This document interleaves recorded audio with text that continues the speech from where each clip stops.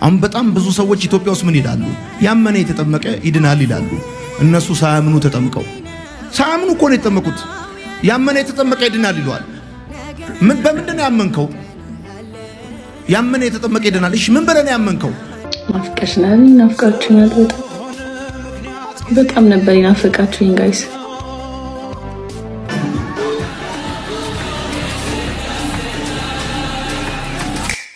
ቀልድ ማለት ይሄ ነው። ህይወት የሌለበት ኑሮ ማለት እርግጫ ነው፣ ቦክስ ነው፣ የክርስቶስ ነው፣ ገንዘብ ማካበት ነው። የመዳን ቀን ዛሬ ነው። አሁን ተመለሱ። ወይ ጭምትነቱ የለም ወይ ትትናው የለም። እሱ በምናቸው ነው ክርስቶስ ነው። ክርስቶስ እኮ ማንንም የማይነቅፍ ጭምት፣ ማንንም የማይነቅፍ። ሰላም ጤና ይስጥልን ውድ የያሪኮ ሚዲያ ቤተሰቦች እንዴት ናችሁ? እንዴት ከርማችኋል? እኔ ደህና ነኝ እግዚአብሔር ይመስገን። ዛሬም እንደተለመደው እንግዲህ አስተማሪና ወቅታዊ የሆኑ ቪዲዮዎችን ይዤላችሁ መጥቻለሁ። እስከ መጨረሻ ድረስ ቪዲዮዎችን ማየት እንዳይረሳ፣ ሰብስክራይብ ያላደረጋችሁ ሰብስክራይብ በማድረግ የሚዲያችን ቤተሰብ ይሁኑ። ወደ ዛሬ ቪዲዮ እንሄዳለን። ይሁን ወጣት ልጅ አክሊል የሚባል ልጅ አለ ሶሻል ሚዲያ ላይ ትህትናው፣ ጨዋነቱ በጣም መንፈሱ እንዴት ደስ እንደሚል ልክ እንደሱ ነው። እናንተ ገብቷል። አሁን አባቶች የሚሰሩትን ስራ ትቼ ሳይሆን አሁን ይሁን ኮሙኒኬት ማድረግ ይባል አይደል? የምትመጣበት ሜተድ ትክክል ካልሆነ ማለት በትክክል አይደርስ ዛስፎካ። አሁን እኔ የሚመስለኝ ከይቅርታ ጋራ ይሄ ለሰዎች የተሰጠበት መሰጠቱ ከኦዲየንሱ ጋራ ከሚቀበሉት ጋር አይደለም። አንዳንድ ጊዜ እውነት ሆኖ ታወራው ነገር እዛ ሲደርስ ውሸት ነው። ቅድም እንዳልክ ሜተዱ በጣም ጥንቃቄ የሚፈልግ ይመስላል። ብዙ ሰው ያው ኮምፕሌንት ስለሚያደርግ አይገባኝም ይዞ ካም ይላል። በትግርኛ ማጻት ከሆነ ነው ገብቷል። በትግርኛ በጣም ዝም ብዬ ሳወራለሁ። ብላተ ምንድነው ትግርኛ የሚያክሰው ትግርኛ ይረዳል። በኦሮምኛ ሳወራለሁ ኦሮምኛ የሚያክሰው ይረዳል። ለማላቀው ቋንቋ ካወራህልኝ የምታወራው እውነትም ቢሆን እኔ ጋር የሚደርሰው ልክ አይደለም። ስለዚህ ሜተዶቹ ላይ በጣም ስራ የሚፈልግ ነገር ይመስለኛል። ዳጎጅ እሱ ላይ የሆነ ነገር አድርጎ ወጣቶቹ አኮም ትውልድ አይደለም እናገለግለው ትውልድ ነው እናገለግለውና ትውልድን ብናገለግል የግዴኛ ቤት ቅኝት ብቻ መሆን አለበት ሳይሆን እናንተ ቤት እንጀራ አለ፣ እኛ ቤት እንጀራ አለ። እኛ ቤት ብቻ ነው እንጀራ ያለው አትልም። የእግዚአብሔር መንግስት ለመውረስ ቅኝቱ እንደዚህና እንደዚህ አይኔ አይመስለኝም። 10 ለማምጣት ከዚህ በፊት ተናገር ያለው 5 እና 5 10 ነው፣ 4 እና 6 10 ነው። 10 ለማምጣት 3 እና 7 10 ነው፣ 2 እና 8 10 5 እና 5 ብቻ ነው ካልከኝ አይሆንም። በጣም በርጋታ ብንደማመጥ በጣም ብዙ ርቀት እንሄዳለን ብዬ አስባለሁ። መሰረታዊ የሆኑ ነገሮች ላይ ማውራት፣ መሰረታዊ የሆኑ ነገሮች ላይ መጸለይ። በቃ እኔን ማዳን አይደለም ፈልገው እኔን ለማዳን መሄድ ያለበት ርቀት ሰው መሄድ አለበት ብዬ አስባለሁ። እኔ ያስኩትን ነገር ለመስጠት ማድረግ ይችላል ሁሉ አደርጋለሁ። ጳውሎስ ሕግ ከሌለው ጋር ሕግ እንደሌለዋል ተጠቅም ዘንድ አለ።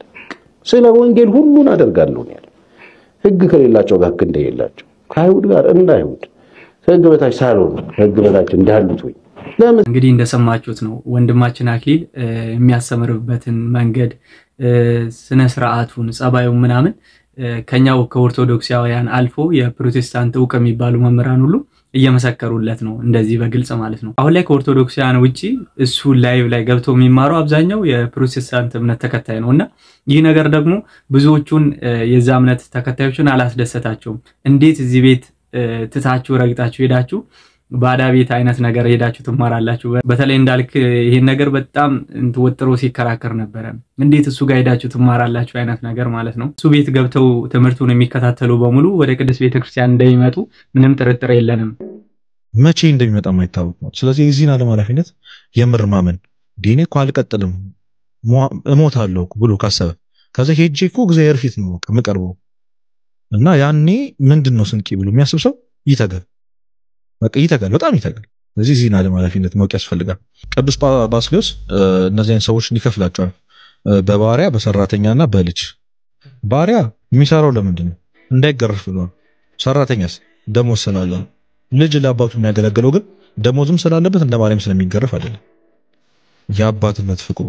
ስለዚህ እኛ ልክ እንደ ባሪዎቹ ግርፊያን ፈርተን አይደለም መንፈሳዊ ሕይወትን ማድረግ ያለብን። ያ ማለት ሲኦልን ፈርተው መንፈሳዊ ሕይወትን እንደሚሉ ሰዎች ስለ ሲኦል ሲያስቡ አና ቃጠለም አለ ብሎ ስጋው የሚቀበል መጥፎ ሆኖ አይደለም ደረጃ ነው በቃ መጀመሪያ ሲኦልን ፈርተ ሞትን ፈርተ ከእግዚአብሔር መነጠልን ፈርተ መንፈሳዊት በቃ ለመኖር መታገው ከዛስ ድግስትል ሰራተኛው ትሆናል ደሞዝ ፍለጋ ደሞዝ የተባለችው መንግስተ ሰማያት የሷን በቃ ይሄ ባይን ታይቶ የማይታወቀውን በጆሩ በልብ ታስቦ የማያውቀውን ያቺን የዘላለም በቃ ሐሴት ያለባትን ምድር ለመውረስ ብለህ ትተጋል እንደ ሰራተኛ ትክክለኞቹ ግን ይላል ባስውስ ትክክለኛው ደረጃ ላይ ሲደርስ እንዴት ትሆናል ሲውልም ስለምገባ መንፈስ መስል መገባር ነው ወራሽ ስለሆንክ ብቻ ልጅ አባትህን ለማስደሰት የሞተልህን ጌታን መድኃኒትን ኢየሱስ ክርስቶስን ቢያንስ እንኳን አስተስችሉ እንደ ተሞተለት ሰው እንኳን ማን ነው እንደተሞተለት ሰው እናኖራችን እንደተሞተለት ሰው መንፈሳዊት ይሄ ሄደን አፈከውን ክርስቶስ ለማግኘት የምታጋበት መንፈሳዊያን ስንሆን በደንብ ወደ እግዚአብሔር በቀረብን ቁጥር ምን ጸልየው ምናደርገው የጽድቅ ስራ ሁሉ እንደው ሲኦልን ፈርተን ምናምን ነገር ሳይሆን እንደው ፍቅሩን ፈልገን በአባታዊ ፍቅር ነው እንጂ እንደው የሆነ ነገር ስላስገደደን አይደለም ማለት ነው በእውነት ቃሎት ያሰማልን ለመመራችን እንቀጥላለን ናፍቀሽናል ናፍቃችሁኛል በጣም ነበር ይናፍቃችሁኝ ጋይስ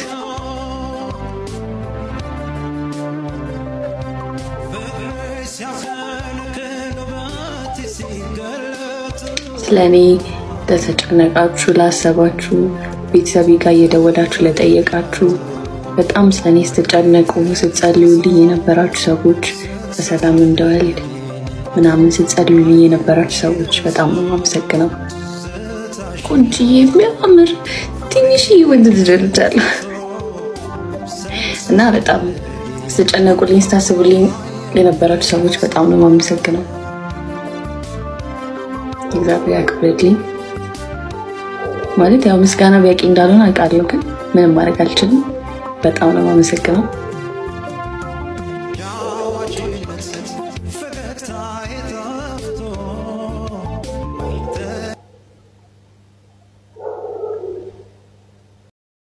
እንግዲህ እንደተመለከታችሁት ከረጅም ጊዜ የስር ቆይታ በኋላ ተፈታለች ተፈታም እንግዲህ ላይቭ ላይ ገብታ ከዚህ በፊት ሲጠይቋት ለነበሩ ሲጸልዩላት ለነበሩ ሰዎች ምስጋና ያቀረበች ነው እንግዲህ ህይወታችን እኛ ብዙ ጊዜ ባሰብነው መንገድ አይሄድም በጣም በጥቂት ነገር በእርግጠኝነት እሷ ያችን ነገር ስታደርግ ሁሉ ነገር ይደርስብኛል ብላ በተአምር አላሰበችም ነበር ነገር ግን ያው እግዚአብሔር መንገዱ ብዙ ነውና እሱ በዛ መንገድ በዚህ መንገድ እንድታልፍ አደረጋት በእርግጠኝነት ይሄ መንገድ ውስጥ እጅግ በጣም ብዙ ነገሮችን እንደተማረችበት ተስፋ አደርጋለሁ በተለይ በእስር ቤት ውስጥ እያለች በጣም ብዙ ነገሮችን እውነተኛ የሆኑ ሰዎችንና የውሸት ዝም ብለው ከሷ ጎን የነበሩትን የለየችበት ሰዓት ነው አሁን በጣም ብዙ ሰዎች ኢትዮጵያ ውስጥ ምን ይላሉ ያመነ የተጠመቀ ይድናል ይላሉ እነሱ ሳያምኑ ተጠምቀው ሳያምኑ እኮ ነው የተጠመቁት ያመነ የተጠመቀ ይድናል ይሏል በምንድን ነው ያመንከው ያመነ የተጠመቀ ይድናል እሺ ምን ብለህ ነው ያመንከው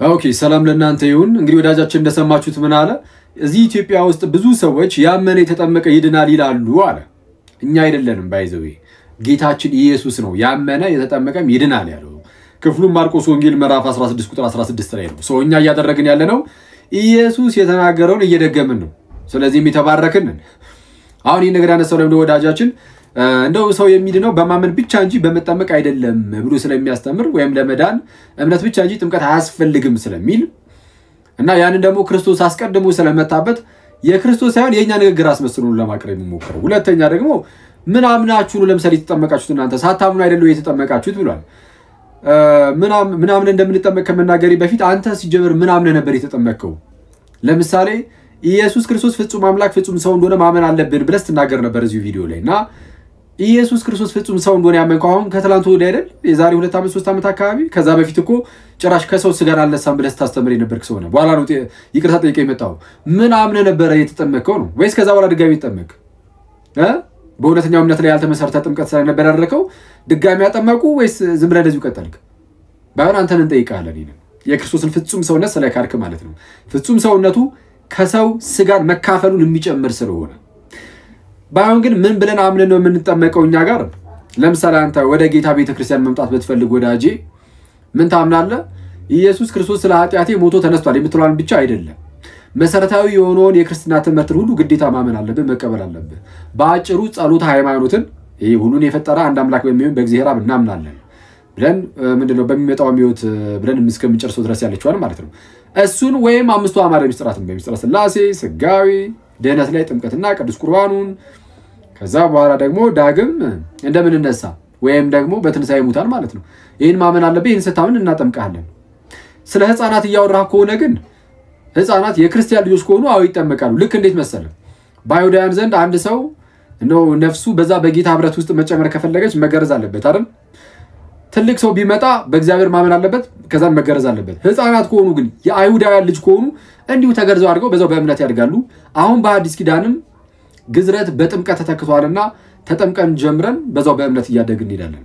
ወንድማችን አኬ እንግዲህ ያልተሻለም ዮኒን አፋፉን እያለው ነው። በሚያስተምረው ትምህርት ላይ የሆነ ስህተት አለ በቃ ሁሉ ጊዜ ማለት ነው። ተምሮ ስላልሆነ ነው መሰለኝ እያስተማረ ያለው ሁሉ ጊዜ ብዙ ጊዜ ይሳሳታል። ወንድማችን አክሊል ደግሞ ያው በዛ በስህተት መንገዱ እንዳይቀጥል የሱ መዳን ስለሚፈልግ ያርመዋል። ታረም እያለው ሁሉ ጊዜ መክረዋልና እግዚአብሔር አምላካችን እንግዲህ ልቦና እንዲሰጠው እንጸልያለን። 12 ጊዜ እግዚኦ መሐረነ ክርስቶስ በሉ ይባልና ከዛን ወንድማችሁ አክሊል እግዚኦ መሐረነ ክርስቶስ ለማለት መዘጋጀት እና ለመቁጠር እንዲያመቸን ያው በጣታችን ምን እናደርጋለና ለራሱ ትርጉም ይኖራል። እሺ ኤኒዌይስ እግዚኦ መሐረነ ክርስቶስ እግዚኦ መሐረነ ክርስቶስ እያልን ባይዛ 12 ጊዜ ይታዘዝ ነው። ዝም ብሎ 12 ጊዜ የልምድ እኮ አይደለም። ዝም ብሎ 12 ጊዜ እግዚኦ መሐረነ ክርስቶስ በሉ ተብሎ ከዛ በኋላ እኛ ደግሞ 12 ጊዜ እግዚኦ መሐረነ ክርስቶስ ብቻ ብለን የምናልፈው ከሆነ ወይ ነገሩ